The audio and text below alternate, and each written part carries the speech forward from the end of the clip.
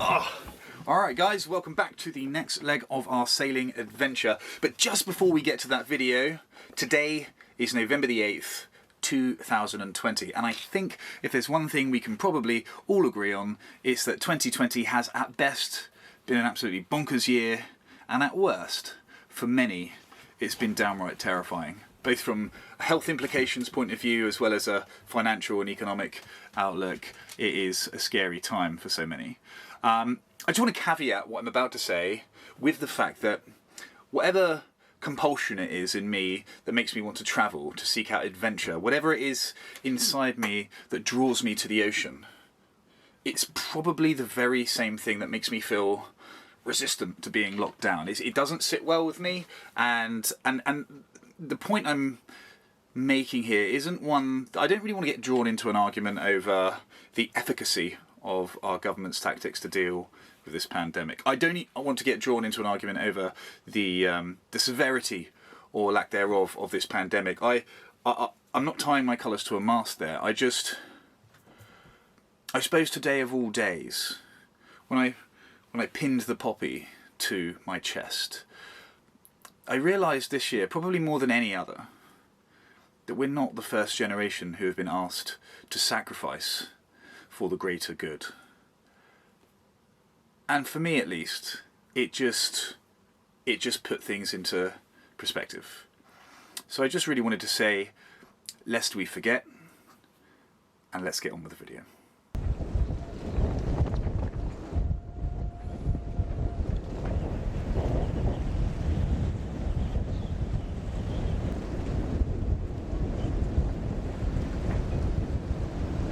So I just thought I'd get up early and share it. I didn't think I'd get up early actually. I didn't really have a choice. It sounds like a really large child's toy out there. Everything's rattling and shaking. But this is why yesterday was a weather window. This tiny little opportunity sandwiched between two massive amounts of low pressure systems. And this is in a marina, in a harbour. And it still looks like the water's boiling out there. It's bananas. Very, very happy that we're not out in this. Very happy that we're not at anchor either.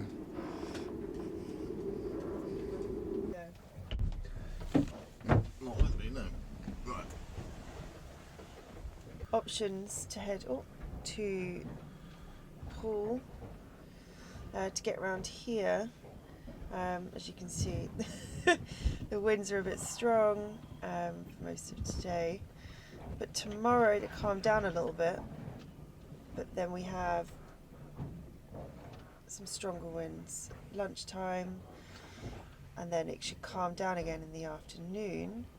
Okay. So I'm thinking the tide also turns in the afternoon, so maybe we could get the flood tide taking us up round here. So take us up round St Albans Head and yeah, into Poole Harbour. Into Poole Harbour, and some people have recommended anchoring round here. Okay.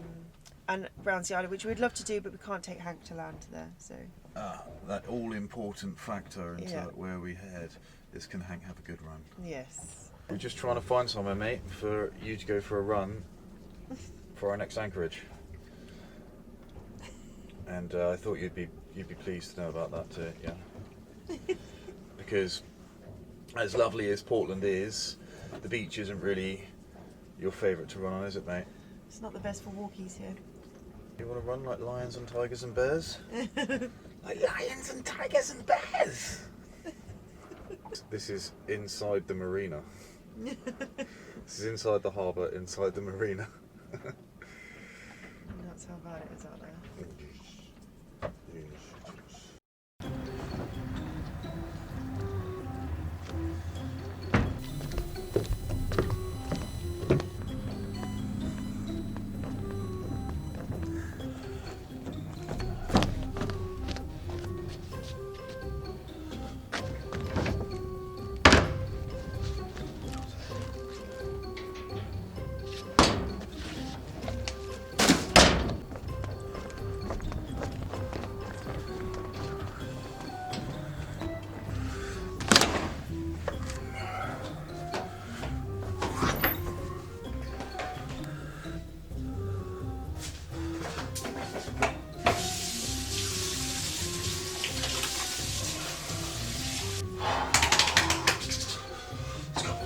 we've got a little bit of a weather window to hop on the next leg of our journey.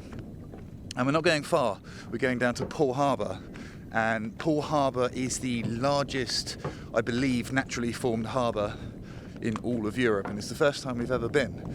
But as I say, the window of opportunity is actually quite small. We only have a matter of hours before we have another low pressure system winging its way in with some high winds and some rain, and just generally miserable travelling conditions, miserable sailing conditions. I met a couple of crazy kids yesterday who've built a little boat themselves. I wish I had the camera on me yesterday when they were here. But anyway, they've got this tiny little boat which they've just moored up here. And when I asked them where they've come from, they're just down the way, and their plan is to sail this boat. There's two of them. They're sailing this over to France. Now I know people have done crazier things. People have rowed across the Atlantic, but when I show you this boat, you'll totally understand if it's still here. It is still here. Don't think they're on it. Not that one. That one. That boat.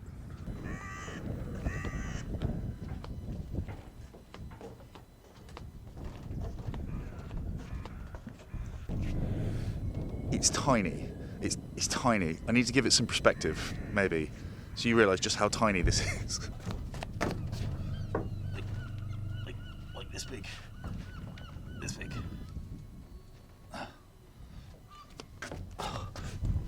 They're braver. They're braver than I am. Or just crazy. Crazy is definitely an option. But I wish them all the best. They have a life raft on board, they have a VHF radio, and they have big kahunas, because there's no way in the world I would be crossing the channel in that. Still, many an interesting story starts from a young man with a crazy idea, right? I'm going to follow them on Instagram just so I can see if they actually make it, how they get on. I say fingers crossed. Fingers crossed they do. Right, let's finish getting this boat ready.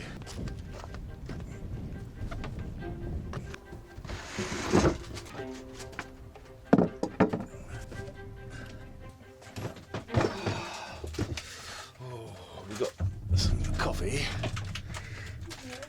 Yeah. What do you want to do? Do you want to finish stowing whilst I take Hank for a walk, or shall you take Hank for a walk and I'll stow? This time actually is ticking by. You can take him if you want, because I want to just get the passage plan all put onto the iPad. Okay, no worries. Well, let's do coffee and then do tasks, and then Hank's not even awake yet. No. Oh, I spoke too soon. Yeah. I spoke too soon, didn't I? Look there. Don't think for a second I'm sleeping. I was just waiting. You were just waiting for the moment to strike, to pounce.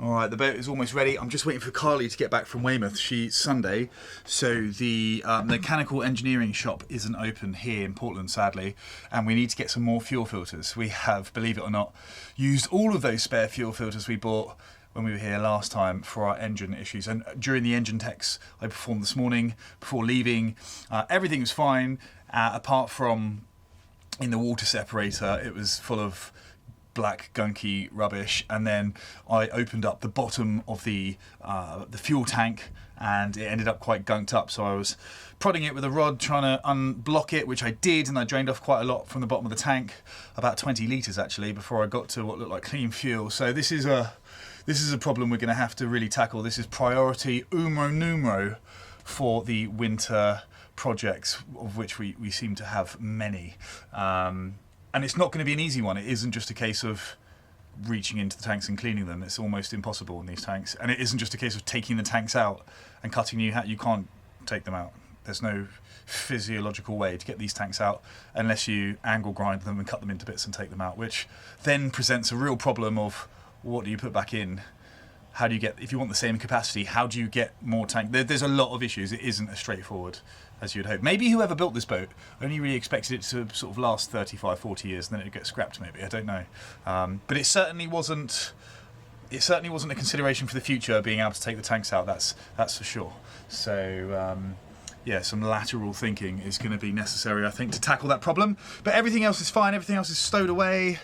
I say the boat is almost ready to go. A couple more little bits to put away, and then yeah, the weather's still looking pretty good outside. Got some rarefied sunshine, and yeah, the wind's not too heavy. How'd it go? How'd it go? Well, I jumped on a bus, went into the marina, you had them all ready. I bought 6 of them. Okay. And what micron are they? 10. 10 microns, so the fine ones? Yeah. Super, okay, cool. That should extend the life of our superfine filter on the engine. Excellent. All right. One more quick attempted toilet break for Hank, since we're running a tiny bit behind schedule.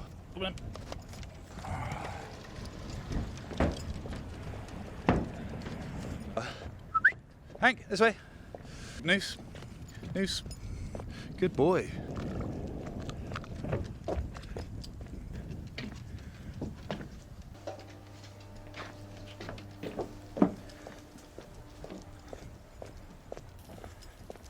I'm going to put some acceleration on now. You ready? Yeah. Perfect.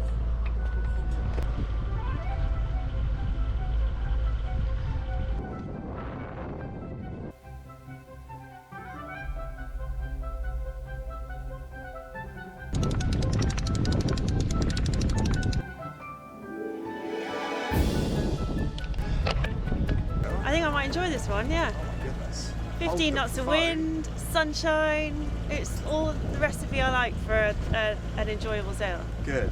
I'm happy you're happy. How about you? Spankton, Lord Spankton, how are you? Are you ready for sleeps? Yes, good. You might need a blanket. I will go fetch him a blanket now.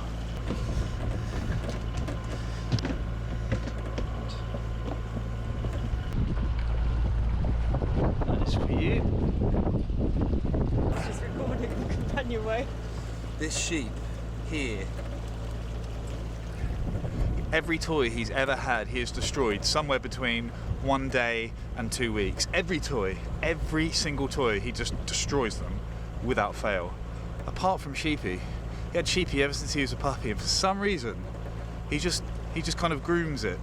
I don't know how good a job he's doing of grooming it, but in his mind, he's just grooming Sheep. And Sheep keeps him company wherever he goes. Sheep's his favourite ever. There you go. And now, when we're under sail, this might not be everybody's cup of tea, but when we're sailing and the engine's turned off and we manage to get a little bit of speed up, I want to share with you a little thing that I like to do.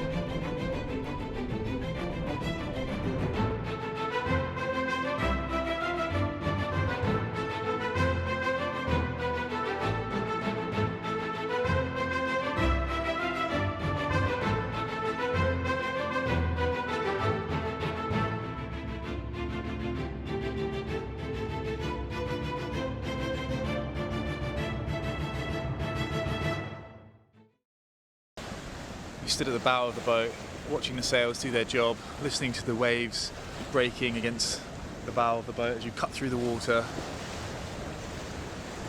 Some sunny patches of sky, some somewhat ominous looking clouds, the dramatic and beautiful coastline of these great British Isles, those iconic white chalk cliffs. It always just rustles up those sort of, I say memories, that would be the wrong word, visions of a time where those magnificent machines, those Spitfires and Hurricanes, were fending off the Nazis and the Luftwaffe, shooting down those Messerschmitts left, right and centre, the dogfights that would have taken place, to a backdrop just like this.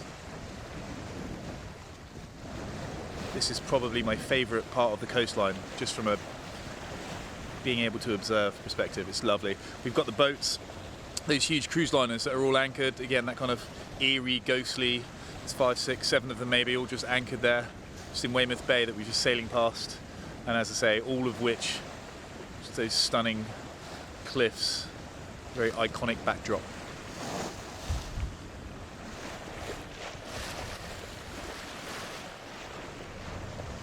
Okay, no sooner had we thought we'd solved this little engine pickle than I've noticed the water level dropping again in the system. I've just opened up the front. There seems to be some water coming out of the backside again of the pump here, of the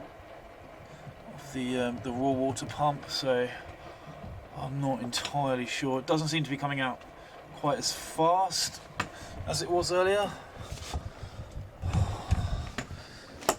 but I'm not entirely sure what it is. So I'm going to have a super quick, hopefully I can get some internet reception so I can have a quick look online and try and figure out what that might be. Yeah, not ideal. Although luckily we do have somebody on standby who's offered to tow us in, so that's always good, but let's see what we can figure out. Right, I'm consulting the old ybw.com forums, and from what I can see it looks like it might be some sort of seal issue at the back of the water pump. Just having a read through some of these. Yeah, it seems to be not a completely uncommon problem, although I'm not really sure what I can do about it right now other than top the water back up and keep an eye on it. But it feels like the water's coming from the back of this housing somewhere and then leaking down the pipe. And there seems to be some oil and water just under the engine here. It's warm, so I'm guessing that's been spraying out from here. Between the red and the green buoy is the entrance to the channel to Poole Harbour over there. Here we have the infamous Old Harry with the ominous grey cloud. So this hasn't gone completely swimmingly. We're entering Poole Harbour. As you can see, the sun is setting, and we had a few engine issues. We've got somebody in the harbour on standby who's offered to come and tow us in if we need it, but I don't think we will need it. I think we've patched the engine up enough just to be able to get us to. We're going to head to the town marina now. We're not going to anchor, just so that whatever bits we need to get is going to be easy to do. We don't have to dinghy it about everywhere. But now it is going to be a bit close because, as I say, the sun is setting now and we're about an hour away to the town marina, so it should be sort of dusk.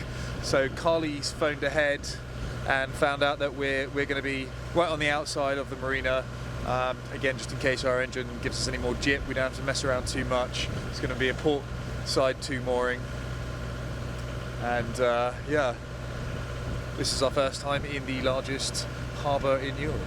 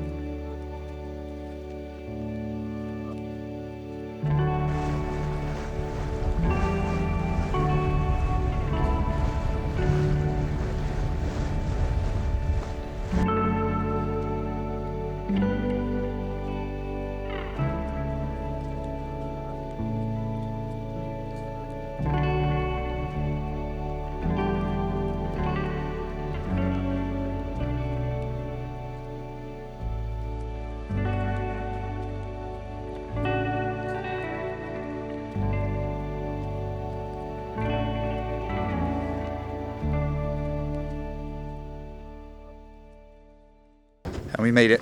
It's time to take Hank to the toilet before he unleashes Mary Hell and barks the place down. He's been super patient, so that's the least we can do. We successfully made it into our first ever marina port in the dark, so that's another feather in the old cap, I guess. And yeah, time to do a bit of exploring, you know, track down those all important drinking holes.